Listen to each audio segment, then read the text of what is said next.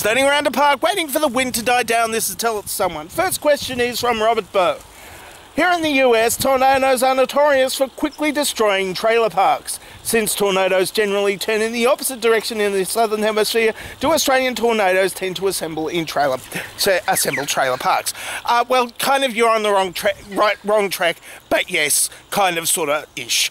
Because we don't have tornadoes, we have cyclones instead of tornadoes and hurricanes, and we don't quite have trailer parks. Although we did have something similar in Darwin in the early 1970s.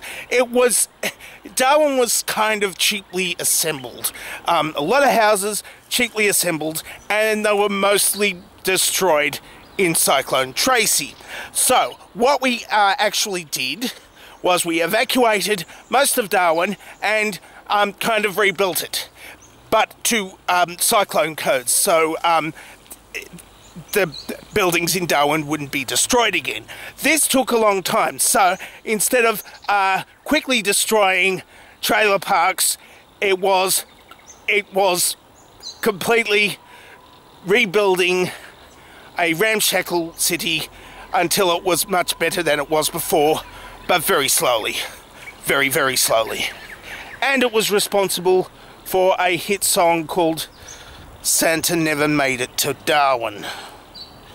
That was a hit. It was a big hit. Next question is from Eric Pankow. How accurate is the Back to the Future trilogy with time travel math? Well, it's kind of accurate in that if the third one occurred before the second one, which occurred after the first one, but after the second one as well. So if you're traveling through time and you're not just traveling forward the rate I normally do, then maybe yes, it is compatible with time travel maths in that it's not in the right order. Sort of, kind of, mostly. So, apart from that, time travel logic, which is non-existent, sort of falls apart, but it doesn't, because it depends on which theory you go by. And then Trump stole the DeLorean and drove it back to 1955, and this is what we've got now. Next question is from Bugsy's Evil Deeds. Is it because it is too easy to grow it yourself? Yes. Yes. Depending on what you want to grow. But it's not easy for me to grow it all by myself because we've got ducks in the backyard and they tend to eat it, if you know what I mean. Next question is from Joe Freddy. How do you make sure luminol does not show up anything? Burn the place down. Or don't buy some luminol so you don't have to, so you don't actually see what's going on. Or burn the place down. Burn it down. Or send in cyclones, but not in Darwin because that's built to cyclone codes.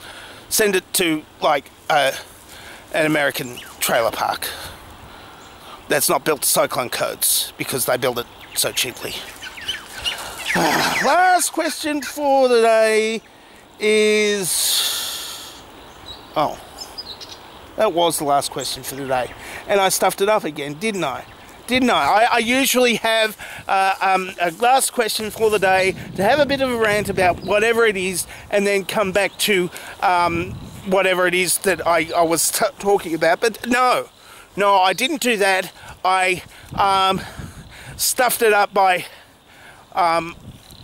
putting the last question of the day before where I was going to put the last question of the day, and now I've got nothing to say in this part, but I'm saying it anyway. I'm saying the bit that I say in this bit anyway, even though I've got nothing to say. It's a brilliant piece of satire. No, it isn't.